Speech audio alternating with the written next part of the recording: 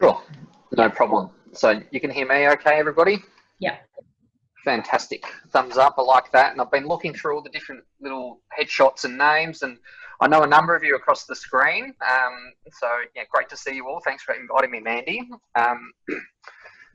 Not sure whether I risk sharing my screen off the back of that. Not sure if the NBN down here in regional Victoria is going to be better than what Cassie has up there in Hume, but I'll give it a go. We'll see.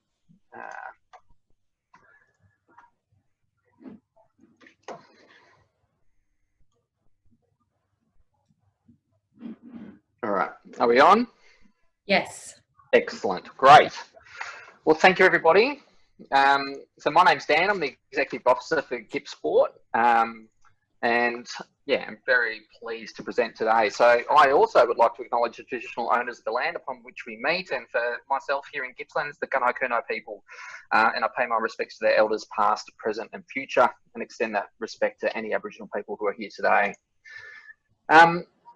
I was going to just fly through these, assuming that Cassie was going to be speaking first, but since she's dropped out, I'll pick this up. So yeah, I lead GippSport. We're one of 9 regional sports assemblies that exists across all of regional Victoria.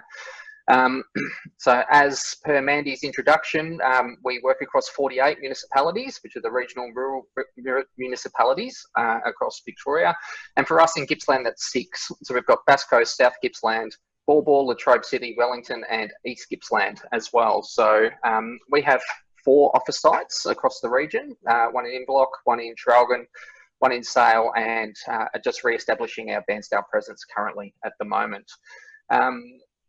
So as a really brief background, generally, the most simple way that I explain regional sports assemblies to people is that we're quite similar to a state sporting association, whereas a state sporting association has a single sport view across all of Victoria. We have an every sport view across just a particular region.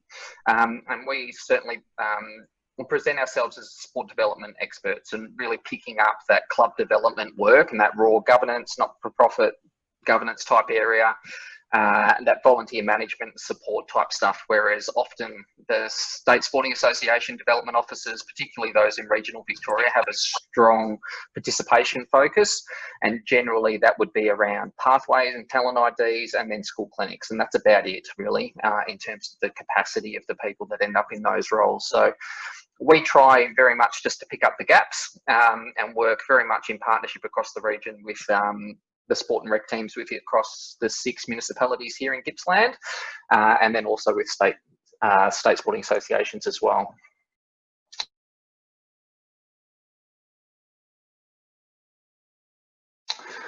That we're currently delivering here in Gippsland. So all regional sports assemblies are funded by the Victorian government. There are some uniquenesses between us. GippSport, we're one of the largest ones in terms of the program suite that we deliver.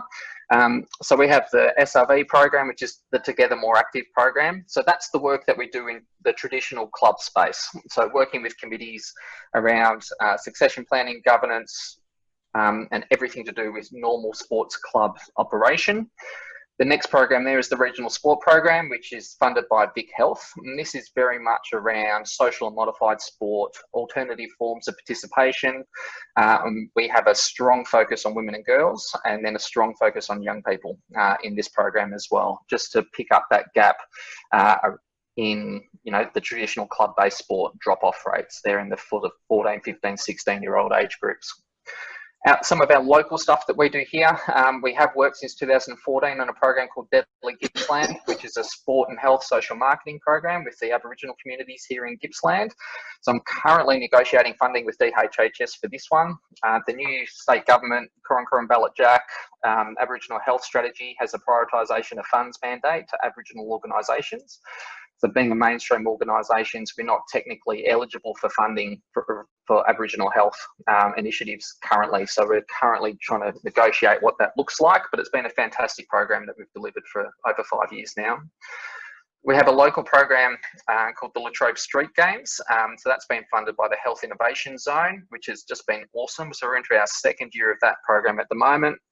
And it's very much modelled on the Street Games UK program. So it's pop-up sport in the community that is free, low access, completely unstructured for young people.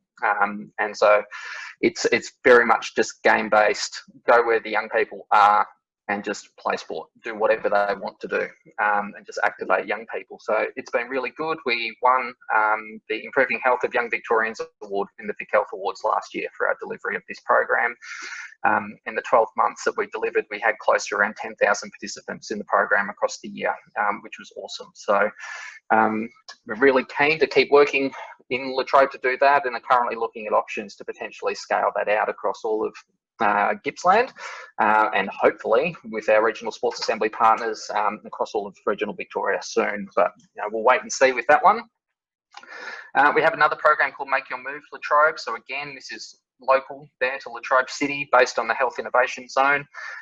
So we are doing workplace sport with some of the large employers to address sedentary work behaviours. So we're working with the water boards, the power stations, local government, Latrobe Community Health Services, so all the big major employers across the Latrobe Valley we're working with.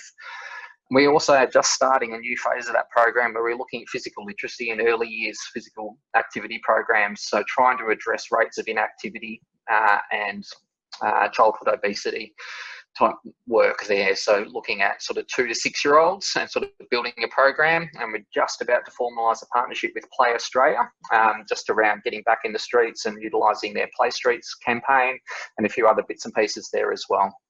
And then the last thing on the screen there is GippSport Community Solutions. So we are one of 3 regional sports assemblies that are doing fee-for-service consultancy work. So I can see you on the screen, Mel. So we are currently doing some work with Mel in Cardinia, which has been fantastic. We're looking forward to continuing with that partnership. But basically, we're positioning ourselves certainly as the Gippsland experts, but really as community experts here, with specialities around strategic planning, consultation, and basically we will do all the jobs that the big Melbourne consultancies don't get out of bed for. Yeah, we do that. So Michelle Harris is our lead consultant. Michelle has been a consultant for many, many years, and a couple of years ago we merged her little consultancy across into GippSport. And so we found some really nice alignment between the work that Michelle was doing and then the funded work that we do on behalf of state government. I'll skip through this pretty quickly, but basically, it was interesting hearing you say at the start there, Mandy, that you partner with agencies to get good results. That is absolutely how we work as well, and all the regional sports assemblies work. And I think it's pretty common nowadays that the best results often always happen working in partnerships. So we are connected with all the community health organisations, all the community organisations across Gippsland, the LENS, the PCPs, Lifeline, youth services. Local government are a huge partner for us. We sit on disability advisory committees, public health and wellbeing plan committees. We help with rec strategies and all sorts of stuff locally, just in terms of trying to link all the different pieces of work up and make sure that everything is considered in terms of creating a holistic plan to get great community outcomes here in Gippsland. So this is something that we've been working on locally here in Gippsland. So this was a pilot that we started probably about 2 or 3 years ago, and this has just been rolled out across all 9 regional sports assemblies as part of our SRB programs. So basically it's working with our 6 local governments to, in particular for projects that are being funded by SRB under the Local Sports Infrastructure Fund, under previously the Community Sports Infrastructure Fund. So what we were noticing a few years back is that often clubs would work with local government to get their facilities. All of you as local government, you would realise you had to do the participation schedule. Well, this is what participation was pre-infrastructure development, and after, this is what it's going to be.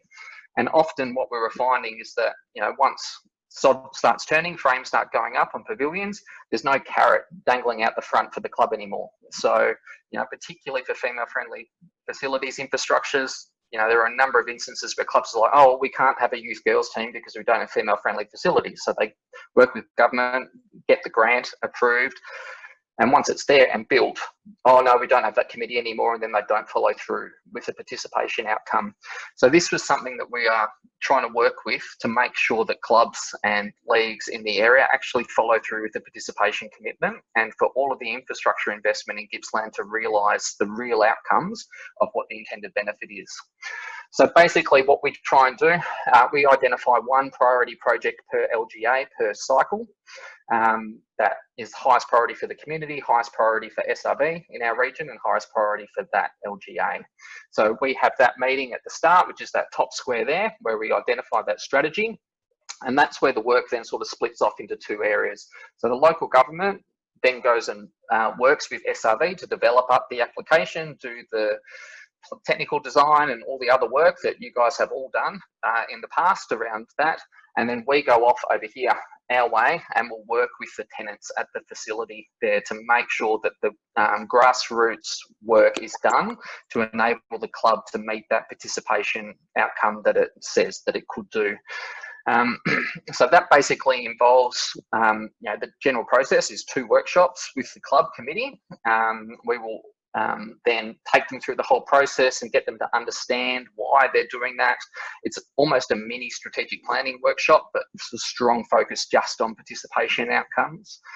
And we will workshop that twice. Through that process, we will work with the club to get them to actually understand their numbers. You know, often they don't even know who they've got at their club.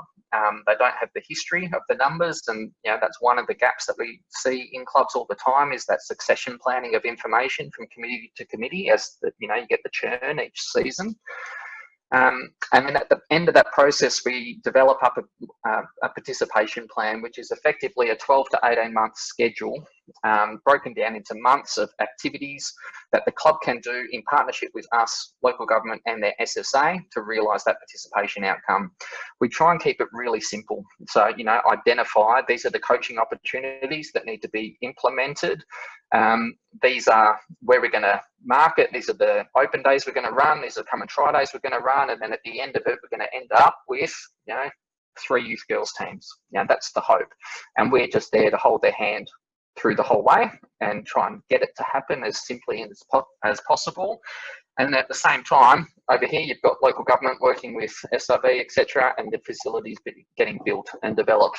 And what the hope is that at the end, we come back together and we've activated the infrastructure and we've got a more active and inclusive community there based on whatever the priorities were that were stipulated in the grant, and then for that particular community as well. So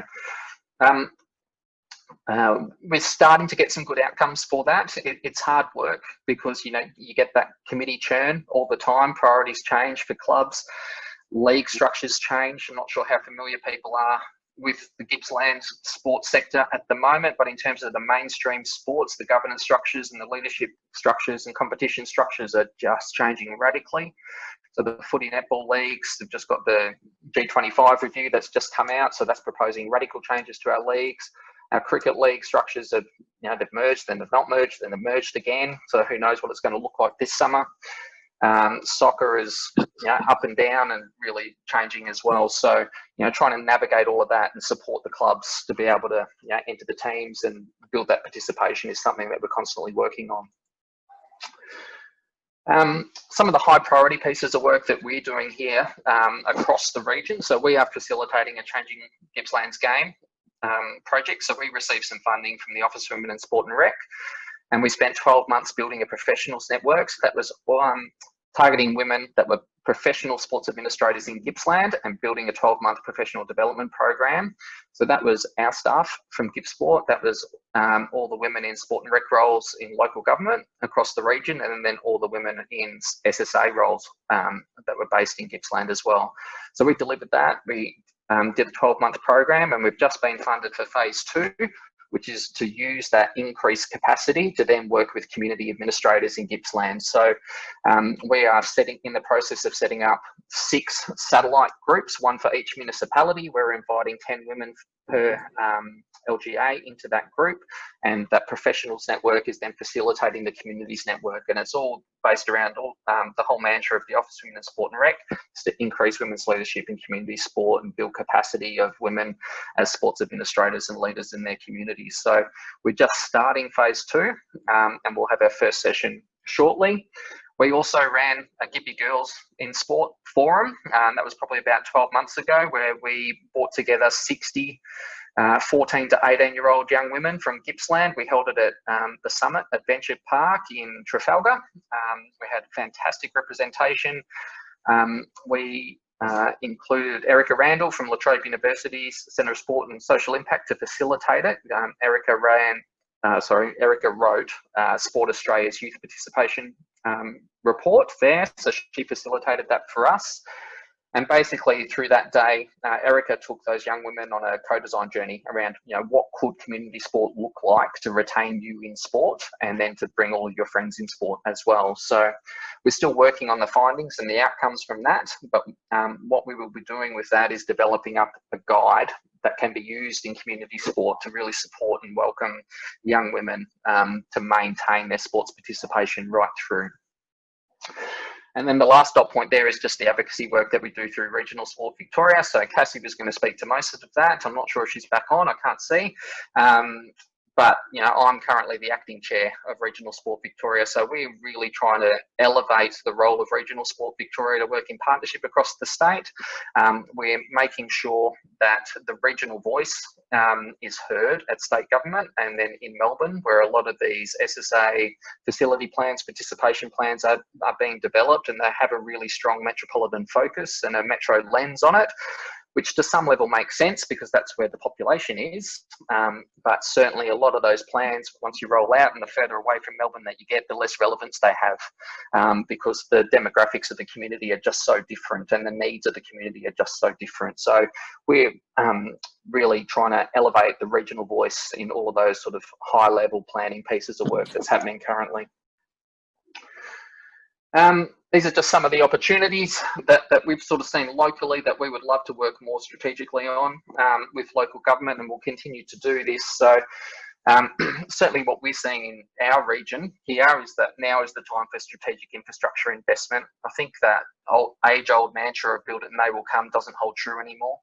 I think certainly from state government's perspective, it's really easy to build stuff, stand in front of it, cut a ribbon, and it's really good and looks good for the community, but often that doesn't necessarily always end up in the best community outcome. So certainly our view is that there needs to be increased investment into the soft infrastructure, and that's into the people that run sport, not so much the hard infrastructure. We would love there to be a piece of work around facility guidelines with a specific focus on regional and rural Victoria. As I just spoke to, I think there's some significant differences compared to metropolitan Melbourne.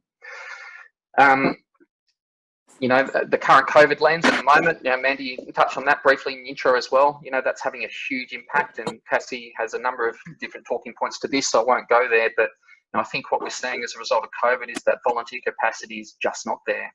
And the people that have been running our clubs and running sport competition structures for so long now are just feeling overwhelmed.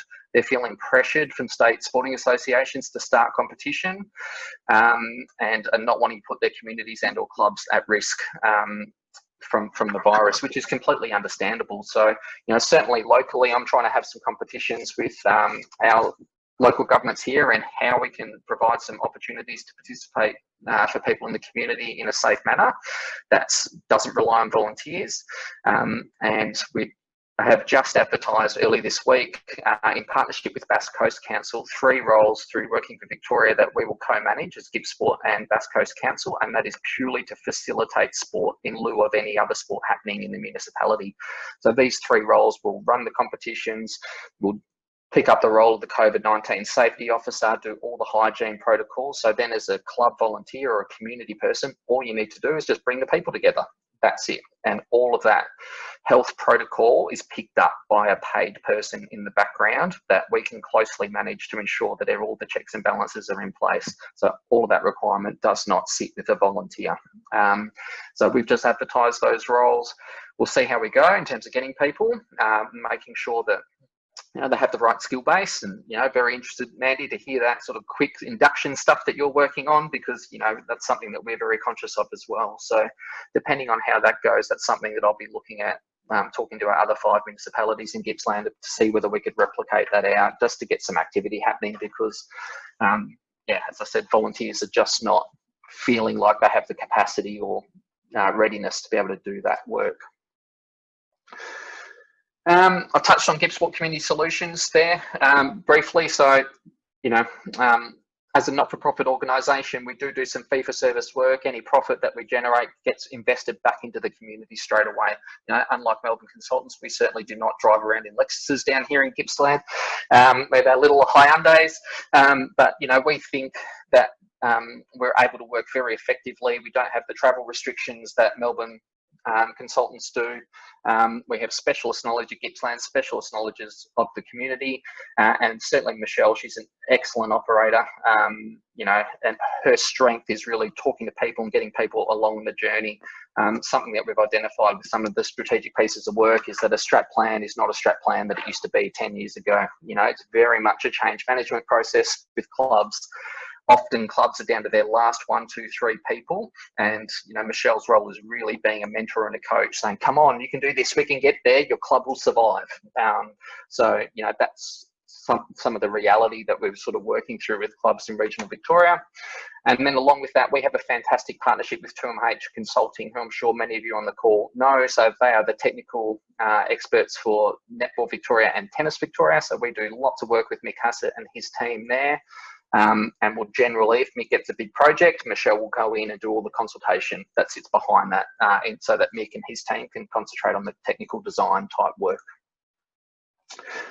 It's just a few examples of some of the projects that Mish has delivered over the past sort of 12 to 18 months, and I'll just pick out a couple. That Nambrook Recreation Reserve master plan project was a fascinating one. So there was 5 different user groups at Nambrook Rec Reserve that could not even be in a room together at the start of the process. You know, standard relationship type stuff with multiple user groups at one rec reserve in the little regional Victorian community, but certainly through the 12 months working with Wellington Shire Council on that project, we've ended up at a really great outcome with that, and have ended up with multi-use tennis court investment, netball court investment, and new pavilion investment as well. So being able to get everybody there, and that was a huge project that Michelle did. The Swifts Creek Recreation Reserve Master Plan, that's been a fascinating one as well, and that's had the added challenge of the recent bushfires out in East Gippsland as well. And certainly that work at the moment identified that to bring the Swifts Creek Master Rec Reserve up to like a base level standard in order to be able to facilitate community participation would have needed about $3 to $5 million, which in a tiny little community like Swifts Creek is just out of reach for a rural community and rural LGA, particularly East Gippsland, where a significant amount of their capital investment budget goes on roads and bridges just because of the size of that municipality. But what the master planning process identified that Michelle ran was that there could be a great opportunity to partner with the Department of Education and the Victorian School Building Authority to consolidate the rec facilities at the school site. And we're currently going through a process with some of the bushfire recovery money there to potentially be able to realise that, which would be amazing for that Swifts Creek community because the facilities that they've had have just been atrocious.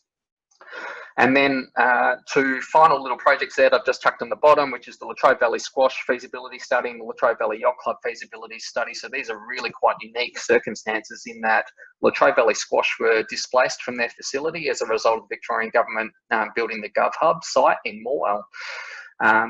So we've been working with them, working through DPC and the Latrobe Valley Authority and Latrobe City Council to come to what we think is a great outcome, in that council will be funded for 2 new squash courts at the Churchill Leisure Centre.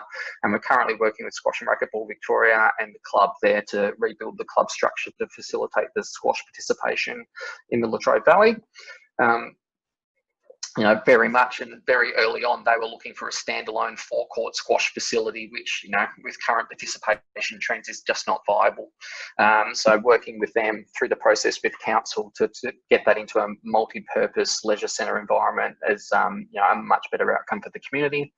And then the Latrobe Yacht Club example there, again, they have just been unlucky in terms of circumstance in that the Hazelwood mine closed, the Hazelwood pondage has been decommissioned. So as a result, they were not able to access the pondage for sailing anymore. As a separate project, we had been working with them on access for all abilities, the sailability programming for 10 years, had 100 participants with disability who were using that program and all of a sudden couldn't access it. So that's been a 12-month project there, working with them and a whole range of different government departments to work out where we could relocate that club to.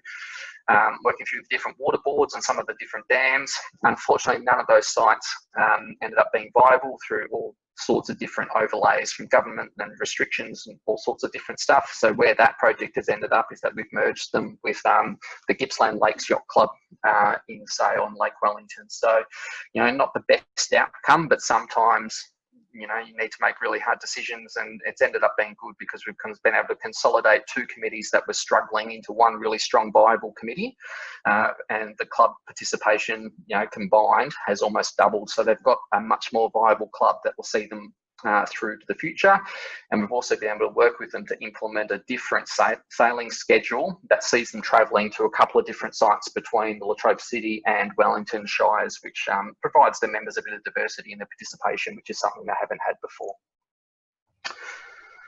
So generally, all of that work is funded through all the stock standard measures, as either state government grants, direct investment from local government, or any other place that we can sort of get our hands on a couple of pennies to get this piece of work. So certainly what we're seeing in the current funding environment is that money is scarce. And I think, as we navigate out the back end of the pandemic, it's even going to be more scarce. But we think that, the time for investment into robust community sports structures is, it's now. It has to be. We have to be doing something differently as we come out. I don't think we can rely on volunteers to keep running sport like they have since the 50s, 60s, 70s. I think the world is just so different now. There needs to be a professional backbone somewhere that props it up. I think I've spoken to a couple of people. Mel, I think I've had this chat with you there in the past, but at the National Sports Convention last year in July, that I'm not sure how many people went to. It's a 2-day sports convention, and we didn't speak about sport once. It was all about physical activity. And one of the models that was put up as best practice was the parkrun model. And the premise of the presentation by Tim Oberg, their CEO, was that, hey, traditional sport, if you want to get your volunteers, just recognise them more, which for me was a bit too simplistic. What people don't see with parkrun is that there's this whole organisation in the background that picks up all of the compliance, regulation, red tape, does the philanthropic donations and investment, so that for the volunteer at parkrun, it's, hey, Mandy, do you want to volunteer at parkrun? Turn up at 10 to 8, you finish by 9, give out some high fives. That's it. So, the expectation on the volunteer is purely to facilitate the activity. Everything else is picked up in the background. As we roll with community sport, potentially that's a model that we could be trying to get back to. So that, hey, Mandy, do you want to help at the local footy club? Just help the under-10s kick a footy. That's it. All the compliance, red tape, regulation and liaising with local governments picked up in the background by a professional backbone organisation. And certainly we'd be really keen to work with communities to explore whether that might be possible. And I think that's it. I think I've gone over my 10 minutes too, so sorry for that, but yeah, really great to talk to everybody. Just a couple of minutes over, Dan. That's okay, sure. Though. You like a chat. No, that was fantastic. And look, everything you spoke about, where are you? You're up there. Everything you spoke about just totally resonates with me. Anyway, I'm not going to keep talking because Cassie is back with us.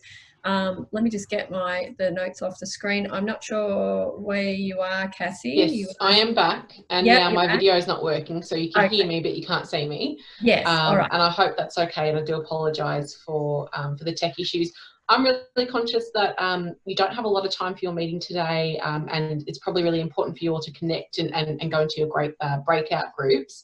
So I just wanted to spend a couple of minutes to speak about a piece of work that Regional Sport Victoria has been leading on over the past couple of months during the height of COVID, because I think that we've had some really valuable insights and some insights that we can share with the local councils that are on the call as well.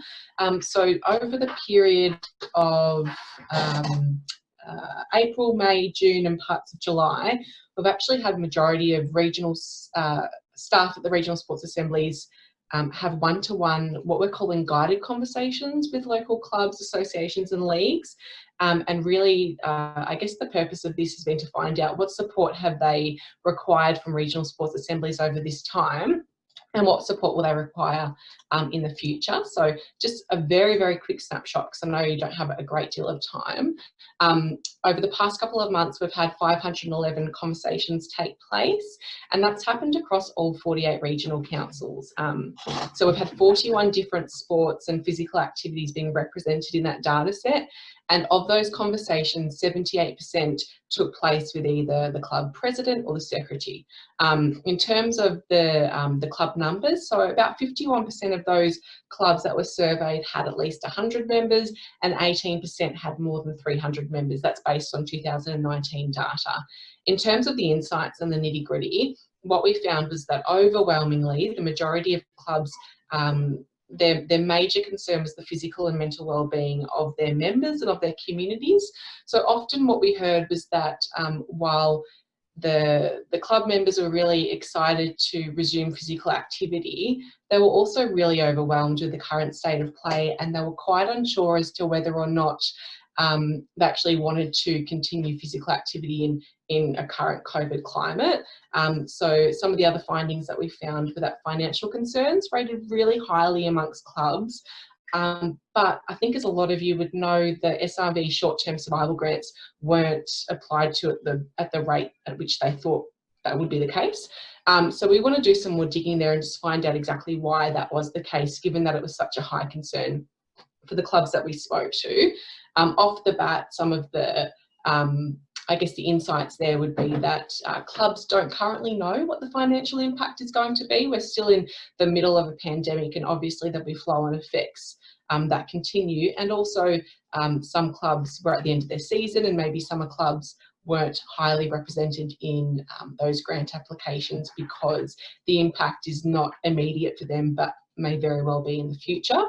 Another really, I guess, high finding for us was that clubs stated that because they've got a lack of volunteers, it meant that fulfilling the return to play guidelines would be extremely difficult for them. So a lot of clubs indicated that it was really difficult to find a COVID safety officer, and that the longer the pandemic is, I suppose, dragging out, the more difficult it is for them to re-engage their volunteers. And that's a really big concern for us at Regional Sport Victoria, is how do we make sure that volunteers, as Dan mentioned before, can really focus on the things that they absolutely want to focus on and the reasons why they got involved in sport in the first place, and how can we alleviate some of those other additional, I guess, pressures on them. So that's a really, really quick snapshot, and I'm more than happy to share our final report with anyone that's on the call. Mandy, if you don't mind, perhaps you could share my contact details with the people on the call, and please reach out if you would like a copy of that final report, and also more than happy to connect anyone up with their regional sports assembly if they're not currently connected, but I'm sure many of you already are. So I'll leave it there, but yeah, thanks for having us, and sorry about the technical issues there. No problem. We have had other presenters on the program before with technical issues, so you're not the first one. But no, that's fantastic. That's really, really valuable information, I think, for everybody. And Dan, you've been answering some questions I see in the chat there, and I think you've probably answered most of them. I think someone asked for a copy of the presentation. You might have answered this, but Dan, are you happy for us to distribute the copy of the presentation? Then we can do that. We can also distribute your contact details to Cass, and then it's got your contact details on it as well, Dan. So you may be working in a municipality that's not covered by GippSport, but we couldn't obviously have all of the regional sports assemblies on the show, so we've chosen a really good one. So thanks, Dan, for all of that input. But if you don't know who your regional sports assembly is, we can help you with that. That's going to be part of the Local Government 101 Club Development Program anyway. And really, Dan, a lot of the stuff you said, you were singing the same song, and it's absolutely fantastic to hear you talk about the priorities and what we need in terms of soft infrastructure to support the hard infrastructure. And I know in local government we perhaps haven't been as good at doing that. We tend to do the build it, and then they will come and we move on to the next building of something. So that's why we want to put on these education sessions. Whilst you're doing club development, and there's others that are responsible, as you said, in sports associations do club development as well, so does local government, but we all have a part to play. So the program that we'll be delivering will be quite specific about local government's role and responsibility and where that fits into the big picture to partner with other agencies. So because our outcomes are all going to be the same. So if our outcomes, if what we're trying to achieve is the same as what you're trying to achieve and the sports associations are trying to achieve, we need to spend time working on building those partnerships and those relationships to get the best results.